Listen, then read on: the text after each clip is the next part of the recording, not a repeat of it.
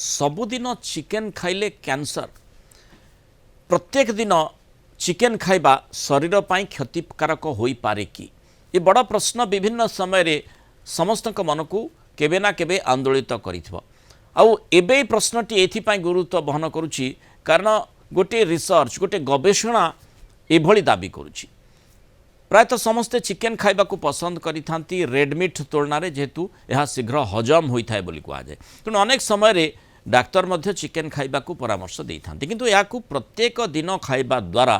पेटरे gastric cancer हेबार आशंका थिबा a research दर्शाई। विशेषज्ञों कहवा अनुଯାयी जेते अधिक प्रोसेस्ड चिकेन आपण खाइबे ताहा शरीर पाई सेते विपज्जनक स्थिति उत्पन्न करिवो। चिकेन रो रोसई प्रणाली अनेकांश स्थिर करे आपण पाकस्थली उपरे यार कौन प्रभाव पड़ुछि। चिकेन को जेते अधिक रंधा जीव ताहा माने बेसी मसलायुक्त जदि कराजिवो ताहा शरीर पाई अधिक विपज्जनक स्थिति उत्पन्न करि पारे बोली गवेषक मत देउछन्ति। सेबली चिकेन रे व्यवहृत हार्मोन एवं कीटनाशक मध्य मनुष्य ठारे कर्कट रोगर आशंका को बढ़ाऊछि। विशेषज्ञ मानक कहिबा कथा साधारण लोकों को डराइबा यार प्रकृत उद्देश्य नुहे किंतु समस्ते बुझिबा दरकार जे रांधिबा शैली एवं डाएट प्लान पाकस्थली को केमिति प्रभावित करुछि। डाक्तर को कहवा अनुଯାयी प्रत्येक दिन चिकेन उपरे निर्भर न करी अन्यान्य खाद्य जमिति कि मसूर डाली बीन्स माछ अंडा इत्यादि खाइबा आवश्यक। या छड़ा सबुदिन चिकेन न खाई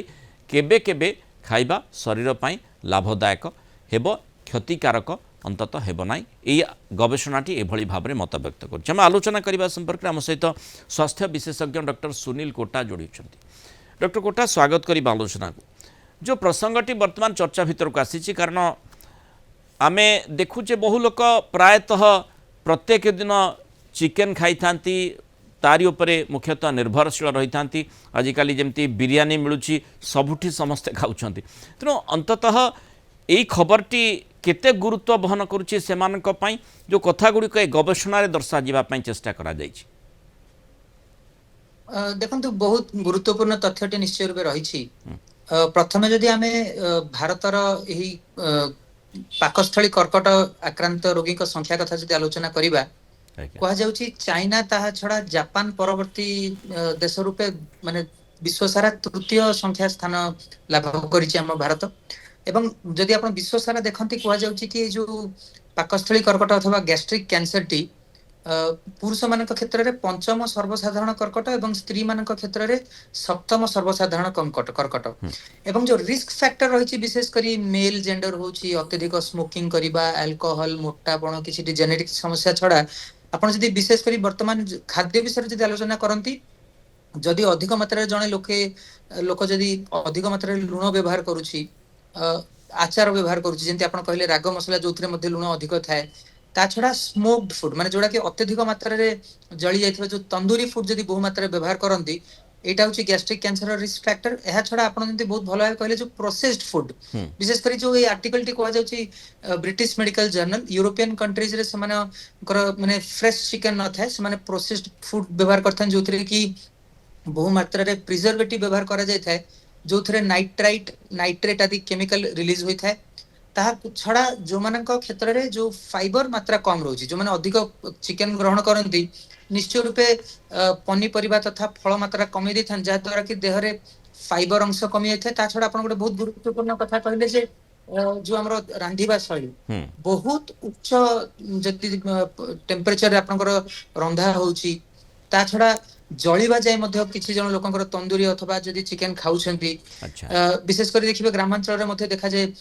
जो नियारे पोड़ी करी मध्ये डायरेक्टली खाई थांदी एगुडा कहउची निश्चय रूपे रिस्क फैक्टर एवं बहुत गुरुत्व माने कथा गोटे गुरुत्वपूर्ण रहिला एथिकरे जे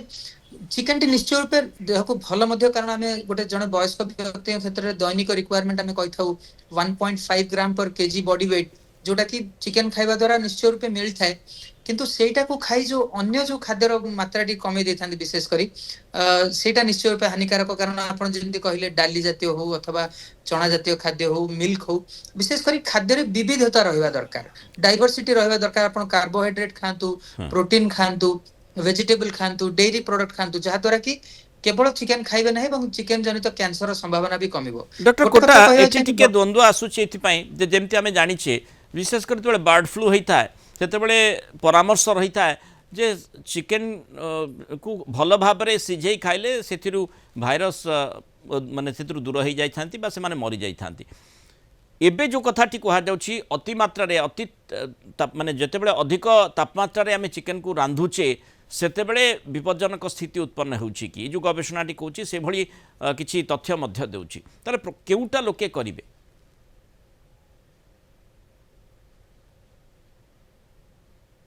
डॉक्टर कोटा हाँ निश्चय देखंतु माने वर्तमान जो आपण प्रश्नटी रहिला जे जदि सठिक भाबे कुक न होउछि ताहेले बर्ड फ्लू आदि इन्फेक्शन हबार संभावनाटी मध्य रहिछि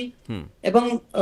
कुक जदि अधिक मात्रा रे करछन्ती कैंसर होछि तनो we have to take a middle way कारण देखंतु एभଳି भी बहुत लोक अछन्ती जो माने कि बिल्कुल माने रोसई न करी कंचा खाइथांती ता छडा किछिटी वर्गर लोक अछन्ती विशेष करी हमर तंदूर अथवा आपनकर जो जेतक टिक्का आइटम थाए जोटा कि बेले बेले किछिटा क्षेत्र देखा जाय दरकार अधिक मात्रा रे जो चारिंग बोली कहा जाय माने स्मोकिंग ऑफ द जो चिकन आइटम रही थाए माने जो अंगार सृष्टि हेबो ता चारि पटे पोड़ी जिबा पर अंगार सृष्टि माने सेथिरे हां एरोमेटिक एमिन्स किछि बाहरी थाए ता छडा आपन जो प्रिजर्वेटिव आपन जेंति कहले बहुत मात्रा रे वर्तमान किछि जो हमरो एंडोक्राइन डिसरप्टर बहुत मात्रा रे व्यवहार होछि जहा मध्ये निश्चय रूपे कर्कट कारक रूपे सिद्ध हो सारी तेणु कथा होची आमे गोटे ऑप्टिमम मात्रा रे टेम्परेचर करिबा ताहा सहित अन्य आइटम मध्ये खाइबा गोटे जो वर्तमान गुरुत्वपूर्ण कथा कहि आस्तली जे वर्तमान समय बहु मात्रा रे बाहर ऑर्डर करिबा फूड मध्ये देखा जाउची जोठे कि देखिबा अपन स्विगी हो जोमाटो हो ताछरा लोकल एप्स रहिछि जदि आपण घरे माने सज चिकन खाउचंती कम मात्रा रे लूण व्यवहार करूचंती किंतु जदि आपण सेही आइटम टी आपण एही आप रु जदि मगौछंती सेथिरे बहु मात्रा रे लूण मध्ये पड़थे जहा द्वारा कि सहज रे सेटा माने नष्ट होई न जथे ता छडा सेथिरे बहु मात्रा रे मसला मध्ये पड़थे लूण मध्ये पड़थे तेणु एसबु कारण रहिछि कि आमे कहिथाउ आपण विशेष करी घरे तयारी खाद्य खांतु बहु मात्रा रे ताकू माने टेम्परेचर रे हीट करंतु नाही बेसी मात्रा रे जो आपण जेंति कहले अंगार हैला भली से भली टाइप रो गरम करंतु नाही अन्य खाद्य विविधता मेंटेन करंतु जहा द्वारा चिकन आपण ग्रहण करिवे देह को सुस्थ मध्ये स्वास्थ्य मध्ये निश्चय इंप्रूव हो किंतु जो एही जो गैस्ट्रिक कैंसर रो रिस्क मध्ये निश्चय रूपे कमी जाय आ गोटे कथा जहा आपण कहले आमे जोठु चिकन आणुछे जहाँ किसी समय तले भी आपण जो एंडोक्राइन इनहिबिशन कथा कहते अर्थात जो इंजेक्शन गुड़िक विभिन्न समय चिकेन को दि जाउछि तार प्रतिकूल प्रभाव आम शरीर उपर पड़ुछि निश्चय रूपे देखंतु जेतक भी प्रिजर्वेटिव रही थाए अथवा वर्तमान आपण जेंति कहिले अन्य किछि इंजेक्शन मध्ये दिया जाउछि सेटा दुईटी दिगरे हमको क्षतिकारक होइथा प्रथमतः होछि एंडोक्राइन डिसरप्शन माने हम शरीर रे रहिथिबा हार्मोन रो कार्यकलाप को से बहु मात्रा रे सुचारू रूपे करे दिए नाही ता छडा लो ग्रेड गोटे इन्फ्लेमेशन जो हम बारंबार आलोचना मध्ये करते जोथे कि किछि गोटे जो हमरो कर्कट माने जो पाकस्थली रे रहिछि भीतर प्रकार म्यूकोजा अथवा एपिथेलियम को जाय सेथरे गोटे कंटीन्यूअस इरिटेशन होई थाए माने गोटे अनवरत गोटे आघात मिली थाए जहा द्वारा गोटे इन्फ्लेमेशन होई थाए एवं जदि सेही इन्फ्लेमेशन धीरे धीरे बढ़ी जाए ताहा मध्ये परवर्ती समय कर्कट रूपे परिणत होई थाए अच्छा तो निश्चय रूपे प्रोसेस्ड फूड ऑर्डर्ड फूड माने केवल एटा कर्कट ही नुहे आमे कहिथाउ जे जेहेतु ए जो ऑर्डर्ड फूड गुडा करे लूण मसला मध्ये बहुत रही थाए सेमान को क्षेत्र रे किडनी हार्ट कोलेस्ट्रॉल समस्या मध्ये अधिक मात्रा देखा दै थाए तेणु सतर्क एवं सुरक्षाटी निजे लोकों हाथ में रही से माने निजे निष्पत्ति नहीं पारे जे चिकेन को किभली भाव में आणिबे कि प्रकार चिकेन से माने आणिबे जो खाद्यटी अंतत जो माने चिकेन निर्दिष्ट भाव में नुहे जो खाद्यटी भी से माने खाउछंती केते सुरक्षित एवं किभली भाव में तार प्रतिकूल प्रभाव शरीर उपरे पड़ूना जो कथा ये गवेषणाटी कहूँ सबुदिन चिकेन खाइले एवं विशेषकर प्रोसेस चिकेन बा अति मात्रा आमे ताकू जेमती जो आपण आलोचना करुले चार्ड हेबा पर्यंत बा जितेबाला आम देखुचे जे तंदूर करने परे चारिपटे अंगार सृष्टि होची अंततः ता पूर्वर जदि आम सतर्क रहिबा आ से भली खाद्य खाइबा नहीं ताले आम यही प्रकार जो कथा कहा जाउची जो कोलोन कैंसर कथा ताठू निजको सुरक्षित रखिपार बहुत धन्यवाद डॉक्टर सुनील कोटा आम सहित आलोचना रही मतामत रखि।